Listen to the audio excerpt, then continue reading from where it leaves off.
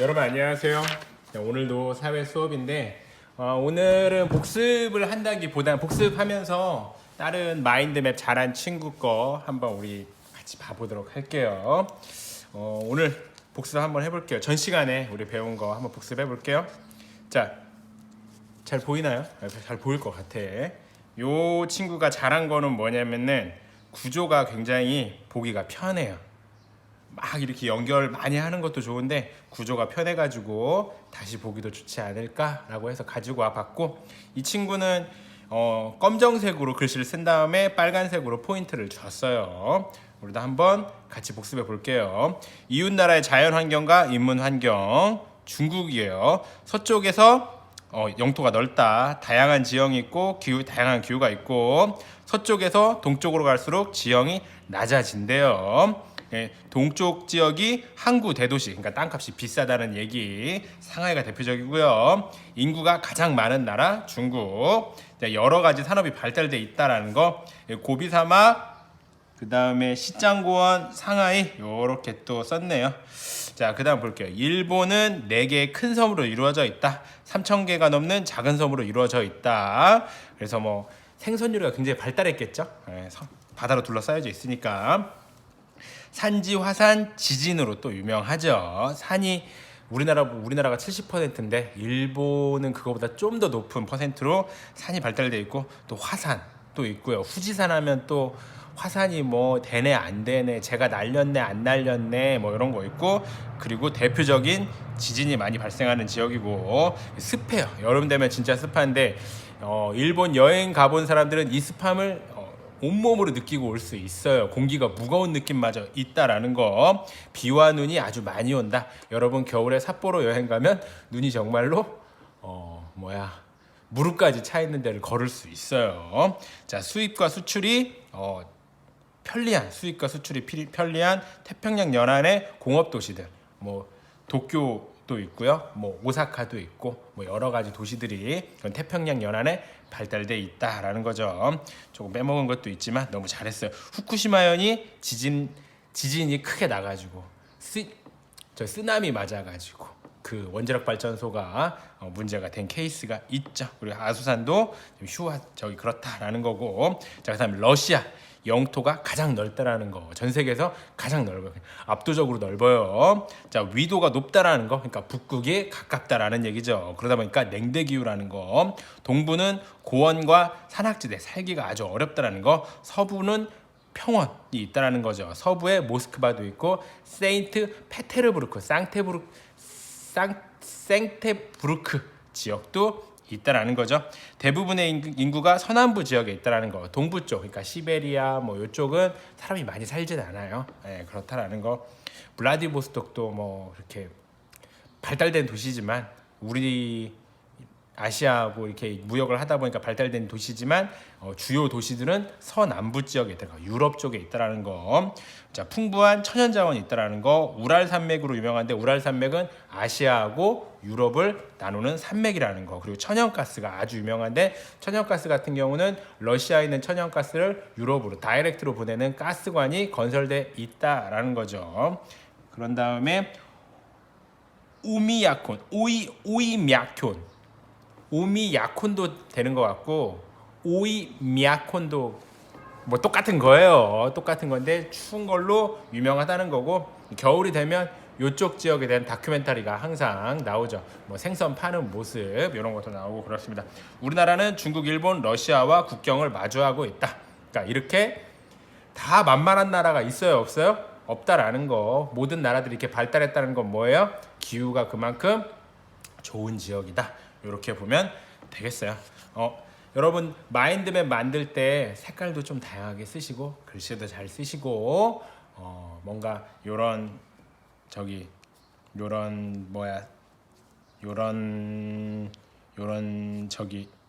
화살표 기호 같은 것도 잘 쓰셨으면 좋겠어요. 자, 오늘은 책을 2번 볼 거예요. 2번 보는데 어떻게 2번 봐요?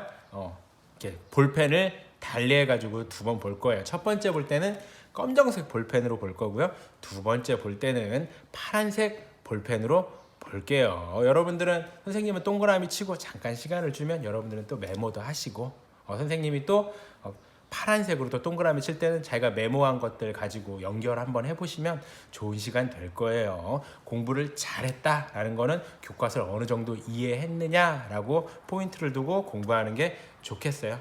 막 문제집만 가지고 공부하다 보면 내가 뭘 알게 됐는지 내가 뭘 모르는지 잘 모르는 경우도 좀 있습니다. 중학교 가셔서 교과서 많이 보는 학습 전략을 세우길 바래요. 우리나라와 이웃나라 사람들의 생활 모습을 비교해 봅시다. 비교한다라는 거, 우리들 친구들끼리도 비교하면 기분 나쁘죠. 뭘 비교하는 거죠? 장점, 단점, 같은 점, 다른 점, 이것들을 비교하는 거예요.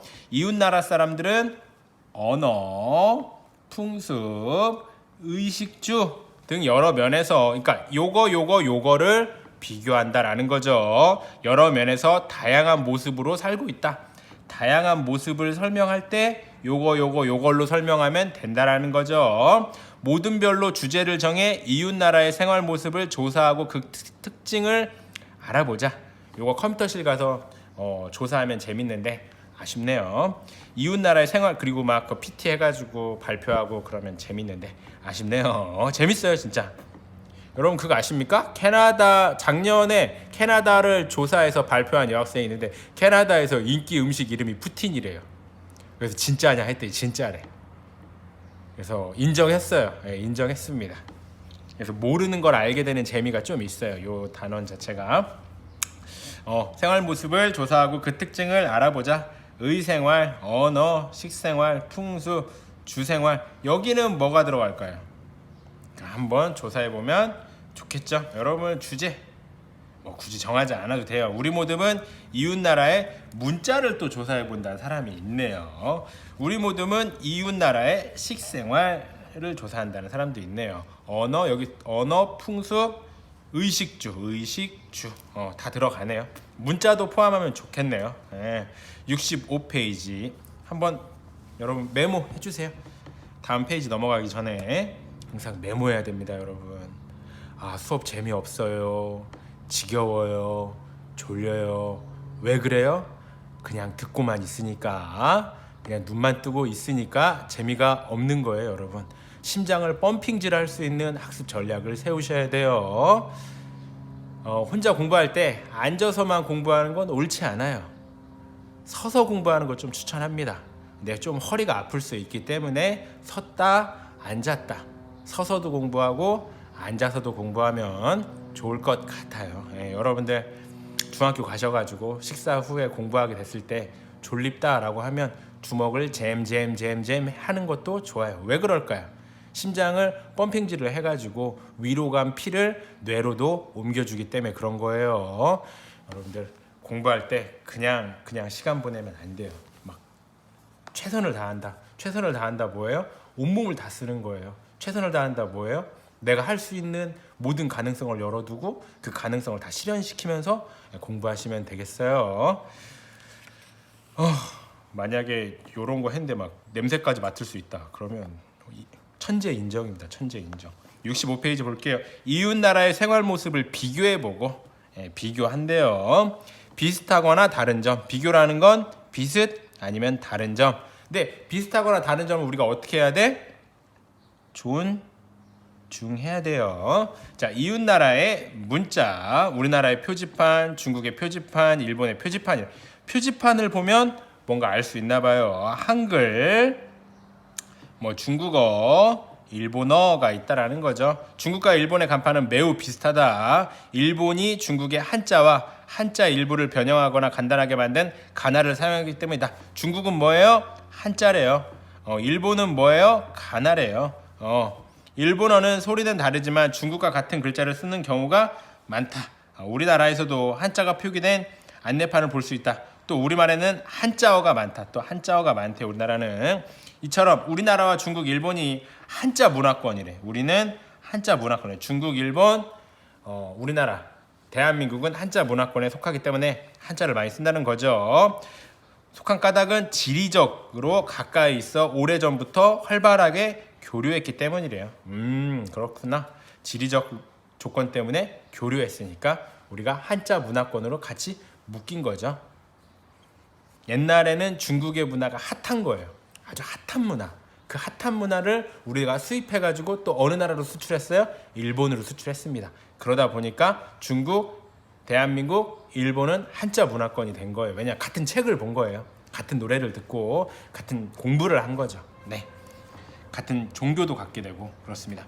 자, 러시아 문자는 좀 다르죠. 러시아 문자는 그리스 문자의 바탕을 둔 키릴 문자예요. 키릴 문자. 러시아 문자에는 영어 알파벳처럼 대문자와 소문자가 있다. 예. 뭐 대문자, 소문자 있는 건 있을 수 있으니까. 하여튼 이런 글자 키릴 문자인데 이거 보면은 느낌이 되게 어떻게 읽어야 될지 잘 모르고, 그죠? 이거 여러분 이거 공부하라 그러면 깜짝 놀라겠죠. 예. 러시아가 잘 나가게 되면 우리가 러시아어도 공부해야 되는데 아쉽네. 근데 영어라든지 다른 언어를 공부하는 것 자체가 머리를 좋게 하는 비결 중에 하나래요. 그래서 선생님도 계속 토익 시험 봐야 되나 봐요. 여러분 빨리 메모하시죠. 메모하셔야 됩니다. 메모 안 하고 있으면 졸려요. 졸리면 따분하고, 따분하면 딴 거 하고 싶고 그렇습니다. 자, 그 다음 넘어가 볼까요, 우리? 그 다음 이웃나라의 식생. 이거 좋죠. 식생활. 우리 식생활 굉장히 관심 많습니다. 자, 식생활을 볼 때 뭘 봐야 되냐? 이웃나라 중국, 일본은 식사할 때 모두 숟가락, 젓가락 같은 점이죠. 세 나라의 젓가락은 각 나라 문화의 영향을 받아 모양이 나라마다 조금씩 다르죠. 젓가락 모양이 좀 다르고 숟가락 모양이 달라요. 우리나라는 젓가락으로 잡는 반찬이 무게가 있고 김치처럼 절인 음식이 많아 국물이 스며들지 않는 금속 젓가락. 쇠 젓가락 쓰는 거 우리나라밖에 없어요. 전 세계에서. 중국은 둥글고 큰 식탁에 빙 둘러앉아 음식을 한가운데 두고 먹기 편하도록, 그러니까 젓가락이 길어야 되는 거죠. 기른데 쇠로 만들었어. 그럼 잡기 진짜 어렵겠죠. 그러다 보니까 또 뜨겁고 기름진 음식이 미끄러지지 않도록 젓가락 끝이 뭉툭하다. 젓가락 끝이 뭉툭하대요. 길다, 뭉툭하다, 나무로 만들었다, 이런 얘기는 또 없네. 일본은 섬나라 특성상 쉽게 녹슬지 않는 나무로 젓가락을 만들었다. 나무 젓가락. 나무 젓가락은 일본인가봐요. 생선 요리가 많아 가시를 편하게 바를 수 있도록 젓가락의 끝이 뾰족하다. 젓가락의 끝이 뾰족하다. 얘네는 둥글다, 뭉툭하다. 기름진 음식을 미끄러지지 않게 먹기 위해서, 생선 뼈를 바르기 위해서 끝이 뾰족하다. 러시아는 빵을 주식으로 하며 포크, 나이프, 숟가락을 이용해 식사를 한다. 중국, 일본도 동그라미 쳐야겠네. 중국, 일본, 러시아, 우리나라. 식사를 한다. 추운 날씨 때문에 차례로 음식을 내게 되었는데 이러한 코스 요리 문화가 유럽에 전해졌다. 오, 진짜? 코스 요리. 코스 요리가 왜 나온 거야? 추운 날씨 때문에 미리 다 나오면은 식으니까. 식으면 안 되니까. 식으면 나쁜 거니까. 음식이 식으면 맛이 변하니까. 최대한 맛있게 먹기 위해서 코스 요리가 있는데 이 코스 요리 문화가 유럽으로 뻗어나간 거래요. 예. 그렇죠. 네. 귀족들의 문화죠. 코스 요리 문화. 요즘은 우리도 즐기긴 하죠. 우리도 모두 다 즐기고 있습니다. 코스 요리 문화. 근데 그 코스 요리 문화가 어디서 나왔다? 러시아에서 나왔다. 여러분 알고 있었나요? 이런 게 또 지식의 재미지 않겠습니까, 여러분?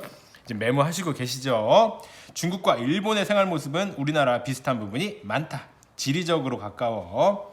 중국과 일본은 비슷하대요. 지리적으로 가까워. 옛날부터 서로 오고 가면서 지리적 영향 때문에 그렇다는, 옛날부터 서로 오가면서 자연스럽게 문화를 주고받았다. 그러나 자연 환경과 역사, 사람들의 생각 등이 다르기 때문에 서로 다른 고유한 문화도 있다. 서로 다른 고유한 문화도 있는데 왜 고유한 문화가 있어? 자연 환경, 역사, 사람들의 생각이 다른 거예요. 이 세 가지가 다르기 때문에, 그러니까 우리가 뭐 식문화를 가지고 왔을 때 아까 젓가락도 만약에 우리가 처음 발명해서 다른 나라로 퍼뜨렸다 이럴 수도 있지만, 하여튼간 중국이라든지 어디서 받아가지고 우리는 국물이 스며들지 않는 금속 젓가락, 반찬이 무겁지만 이걸 잘 들 수 있는 금속 젓가락으로 먹어야겠다, 이렇게 생각이 된 거겠죠. 자연환경, 역사. 자, 러시아는 영토의 대부분이 아시아에 속하지만 러시아 유럽에 가까워. 유럽에 가까운 서부 지역이 핫한 거죠. 그러니까 서부 지역이 핫하니까 핫한 문화가 동부 지역까지 온 거예요. 그래서 언어나 음식 문화 등 생활 모습은 유럽과 비슷하다. 지리적으로 러시아는 아시아하고 가깝지만 사람들의 생각이나 뭐 역사는 어디하고 가깝다? 유럽과 가깝다라고 보면 되겠어요. 자, 이웃나라 사람 메모하셔야죠. 네, 메모하실 시간 또 드려야 됩니다, 여러분. 메모를 다 하고 나서 연결하시면 돼요. 메모하면서 연결하는 게 아니고 메모를 먼저 쭉 하는 겁니다. 메모를 쭉 하시면서 메모한 거를 다시 연결하면서 복습하는 거예요. 그 복습한 걸 가지고 그 다음에는 문제집을 풀면서 문제집을 학습지로 복습지로 100점 맞도록 교과서 보시면서 푸시면 되겠어요. 교과서 펴놓고 학습지 펴놓고 푸시는 걸 추천드려요. 뇌피셜로 푸는 사람 안 돼요, 여러분. 꼭 교과서 펴가지고 교과서 피셜로 푸셔야 돼요. 자, 67페이지까지만 하면 되겠네요. 이웃나라 사람들은 새해 첫날 무엇을 먹을까? 새해 첫날 굉장히 중요한 날이죠. 우리나라는 설날 아침이 되면 나이와 복을 삼키는 의미로 떡국을 먹는데, 나이도 삼키고 복도 삼키는 거예요. 떡국 한 그릇씩 뚝딱 하셔야 됩니다. 이웃나라도 우리나라의 설날처럼 새해를 맞이하는 날을 부르는 특별한 이름이 있다. 이 나라의 풍습은 나라마다 조금씩 달라요. 나라마다 왜 조금씩 달라요? 여기 자연환경, 역사, 생각이 다르기 때문에 그런 거예요. 행운을 빌며 새로운 한 해를 맞이하는 마음은 비슷하다. 왜 비슷해요? 지리적으로 가깝고 문화를 서로 주고받았기 때문에 비슷한 거예요. 자, 중국은 춘절이라고 하고, 춘절, 중국인들은 대문에 복자를 거꾸로 붙여놓고, 우리나라도 복 좋아하죠. 네, 복자를 거꾸로 붙인대요. 풍습이 있는데 이는 복이 들어온다 라는 뜻이 되기 때문이다. 중국인들은 춘절에 복을 싸서 먹는다 라는 뜻으로 만두를 먹는데요. 자, 일본은 오쇼카스. 우리나라는 설날도 동그라미 쳐야겠다. 오쇼가스. 일본은 신사나 절을 찾아 한 해의 행운을 비는, 복이랑 비슷하죠. 새해를 시작한다. 아침 식사로 찹쌀로 만든 떡국인 조니를 먹는다. 어린이는 어른들께 새해 인사를 하고 오토시다마라는 이름의 세뱃돈을 받는다. 우리나라도 세뱃돈이 있고 일본도 세뱃돈이 있네요. 왜? 지리적으로 가깝고 문화를 서로 주고받았기 때문에. 오토시다마, 세뱃돈, 요 문화 좋죠. 여러분들도 세뱃돈 받으면 뭐 할지 또 새해가 다가오고 있죠. 러시아는 노비고트, 요 이름이 좀 특이하네요. 러시아 국가 연주와 불꽃놀이로 새해 시작을 알리면 러시아인들은 샴페인을 터뜨리고, 우리랑 다르죠? 샴페인을 터뜨리고. 왜 우리랑 조금 달라요? 서부 쪽, 우리랑 가까운 동부 쪽은 사람이 조금 살고, 사람들이 많이 사는 서부 쪽은 어디로부터 문화를 주고받았으니까, 유럽으로부터 문화를 주고받았으니까 다른 거죠. 덕담과 함께 선물을 주고받는다. 최근에는 스카이 랜턴이라는 소형 열기구를 띄우면서 소원을 비는 풍습이 생겨났다. 풍습은 옛날부터 와야 되는데, 하여튼 스카이 랜턴이라는 소형 열기구를 띄우면서 소원을 비는 풍습이 생겨났다라는 거죠. 여러분 메모하셔야죠. 오늘은 조금 길어요, 여러분. 조금 길지만 괜찮습니다. 네, 또 재밌게 공부하시면 되겠어요. 메모하시고 계신가요? 자, 우리 그 다음 우리 파란 펜으로 중요한 것만 동그라미를 한 번 더 쳐볼게요. 우리나라와 이웃나라 사람들의 생활 모습을 비교해 볼 거예요. 뭐로 비교해야 돼요? 언어, 풍습, 의식주로 비교해야 돼요. 의식주로 비교할 때 다양한 모습이 나오는 거예요. 자, 우리 모듬은 이웃나라의 문자, 우리 모듬은 이웃나라의 사생활을 본대요. 이웃나라의 생활 모습을 비교해보고 비슷하거나 다른 점을 알아보자라는 거죠. 이웃나라의 문자는, 우리는 한글, 일본은 가나. 자, 또 우리말에는 한자어가 많대. 근데 일본에도 한자가 많아요. 이런 문화권을 뭐라고 해요? 한자 문화권이라고 해요. 속한 까닭은 지리적으로 가깝고 교류했기 때문이래요. 자, 러시아 문자는 그리스 문자의 바탕을 둔 키릴 문자를 쓴다고 해요. 자, 이웃나라의 식생활. 우리나라는 식생활 보면은 숟가락, 젓가락이 있다는, 젓가락이 좀 다르죠. 우리나라는 금속 젓가락, 중국은 뭐 나무 젓가락 쓰는데 길고 젓가락 끝이 뭉툭하다라는 거. 기름진 음식을 먹어야 되니까. 자, 일본은 생선을 잘 발라내야 되니까. 자, 젓가락 끝이 뾰족하다. 습하니까 금속 젓가락 말고 나무 젓가락을 쓴다라는 거. 그리고 나무 뭐 그런 이유가 있어요. 러시아는 코스 요리에 처음을 만든 나라라는 거. 자, 중국과 일본의 생활 모습은 우리나라 비슷한 부분이 많다. 지리적으로 가깝다라는 거, 문화를 주고받았다라는 거, 교류했다라는 거. 하지만 자연환경과 역사, 사람들의 생각이 다르니까 다른 고유한 문화도 있다라는 거. 자, 러시아는 서부 지역의 문화가 핫하니까 유럽과 비슷하다라는 거. 그리고 새해 첫날 설날 떡국이에요. 우리나라는. 중국은 춘절인데 만두 먹고, 일본은 오쇼가스인데 조니 먹고 오토시다마 할 수 있어요. 오토시다마 할 수 있습니다. 노비고트, 러시아는 철날 노비고트인데 샴페인 마셔요. 왜냐면 유럽이랑 문화를 교류했기 때문에. 스카이 랜턴이라는 요즘 문화도 풍습도 생겼다고 합니다. 자, 여기까지입니다. 자, 오늘 공부 잘 하시고요. 여기까지 끝!